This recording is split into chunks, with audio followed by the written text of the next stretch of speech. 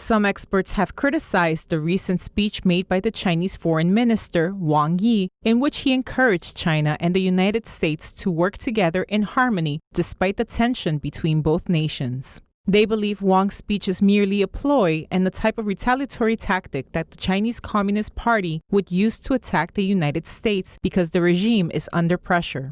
On July 9th, during a pre-recorded address for a China-US think tank and media forum, Wang Yi said that China and US relations are facing the most serious challenges since diplomatic ties were established in 1979. He urged the United States not to decouple from China and said that both countries can find a way to work together and release more positive energy in order to get back on the right track. China expert Ge Bidong believes that the CCP is cunning and uses different retaliation tactics. The CCP has always been playing this type of game. When necessary, CCP, will be very rude and unreasonable to the point where it deploys terrorist tactics. When the CCP feels threatened, it will use pity and low tactics and even kneels down. US-based commentator on current affairs Zheng Hao Chang believes that Wang's speech is pretentious and lacks sincerity. Wang Yi's speech is phony. The key in dealing with the CCP is to see what it does. As for what CCP says, it doesn't even matter because it never tells the truth. In response to Wang's remarks, Taiwan-based senior political commentator Lin Bao-Hua believes that the United States' move to counter China's tech ambitions has really hit the nail on the head. Last month, U.S. lawmakers introduced the bill to boost the United States' production and development of semiconductors.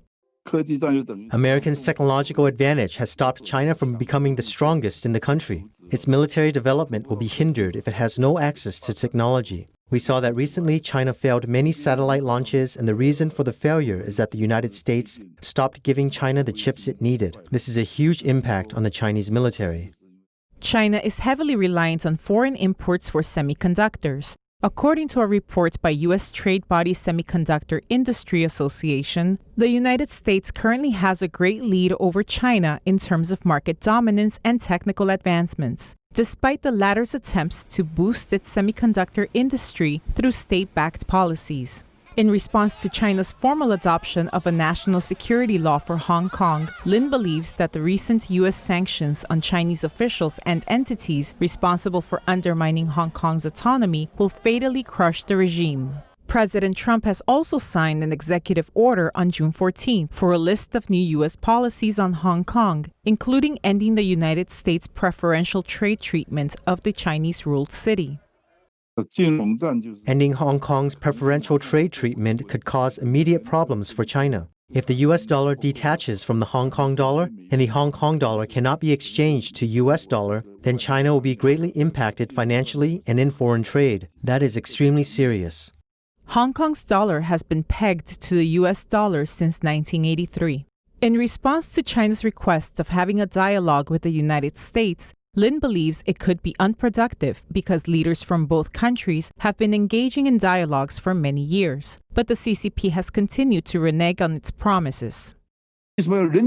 Human rights dialogue makes the human rights situation in China worse. Military dialogue makes the Chinese military stronger and stronger. Economic dialogue results in China stealing American products. What type of dialogue is actually beneficial to the United States and to all the citizens in the world? None. It only provides China the opportunity to deceive the United States and the entire world population.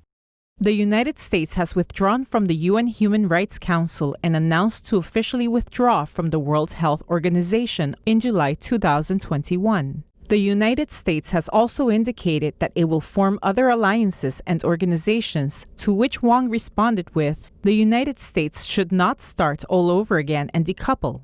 Lin said that as soon as the United States decouples from China and unites with all democratic countries around the world to forge military and economic ties, Russia may then remain neutral and the CCP will be isolated from the free world. Moreover, in order to conceal the CCP's aggressive expansion, Wang claimed that aggression and expansion are never in the genes of the Chinese nation throughout its 5,000 years of history. The 5,000 years of Chinese traditional culture has nothing to do with the CCP. The CCP's belief communist ideology is from a German doctrine and a Russian idea. The Chinese regime has never stopped the large-scale reclamation of the South China Sea. It has instigated China-India border conflicts and continues to plunder economic and strategic bases in countries that participate in its Belt and Road Initiative.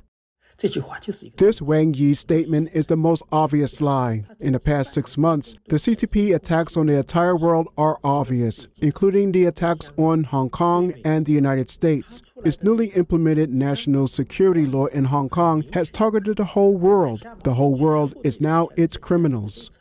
The security law criminalizes what the CCP deems as acts of subversion, secession, terrorism, and collusion with a foreign country or with external elements against the communist state with maximum penalties of life imprisonment. U.S. government officials did not respond to Wang's remarks. Instead, a few hours after Wang's speech, the United States sanctioned Chen Chuangguo, the party secretary of Xinjiang region, along with 3 other CCP officials under the Global Magnitsky Human Rights Accountability Act, to freeze their assets and ban their entry to the United States.